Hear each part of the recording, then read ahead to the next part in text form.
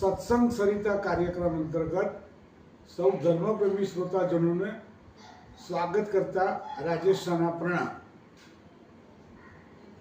આપ સૌ સારી રીતે જાણીએ છીએ કે મનુષ્ય તન અતિ દુર્લભ છે। 84 લાખ યોનિઓના ફેરામાંથી આપણને મનુષ્યનું અમૂલ્ય તન મળે છે। તો એમાં આપણે શું કરવાનું હોય? સારા સત્કાર્યો કરવાના હોય। ધર્મના નિયમ મુજબ સેવા, સ્મરણ, સત્સંગ, જપ, તપ, પુણ્યદાન, ભજન, કીર્તન વગેરે કાર્યો કરવાનું સૌ કોઈ જાણે છે।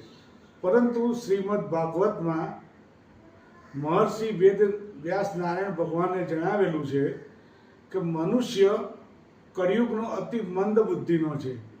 અર્થાત જે કાર્યો કરવાના છે એ કાર્યો બિલકુલ કરતો નથી અને જે કાર્યો નથી કરવાના તે કાર્યો કર્યા કરે છે। તો વ્યાસનારાયણ ભગવાન કયા કાર્યો તરફ અંગુલી નિર્દેશ કરે છે એ આપણે જાણીએ। પહેલું કાર્ય, 100 કામ મૂકીને ભોજન ગ્રહણ કરો। જનરલી કળિયુગની અંદર આ નિયમ તો બધા પાળે જ છે। બીજું કાર્ય, 1000 કામ મૂકીને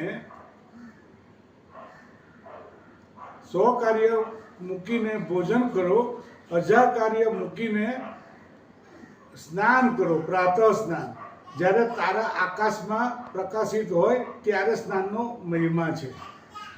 1 લાખ કામ મૂકીને દાન કરો। જો દાનનો વિચાર આવે તો એને તરત જ અમલમાં મૂકો। 1 સેકન્ડ 1 મિનિટ જો એને પોસ્ટપોન કરશો, પાછું ઠેલાશો તો કદાચ એ કાર્ય કરવાનું રહી જશે। અને ચોથું કાર્ય છે, 1 કરોડ કામ મૂકીને પરમાત્માનું ધ્યાન કરો, જપ કરો। આ રીતે 4 કાર્યો અગત્યના કરવાના કીધા છે અને એમાં મનુષ્યનું કલ્યાણ છે। રાજેશ શાહના પ્રણામ।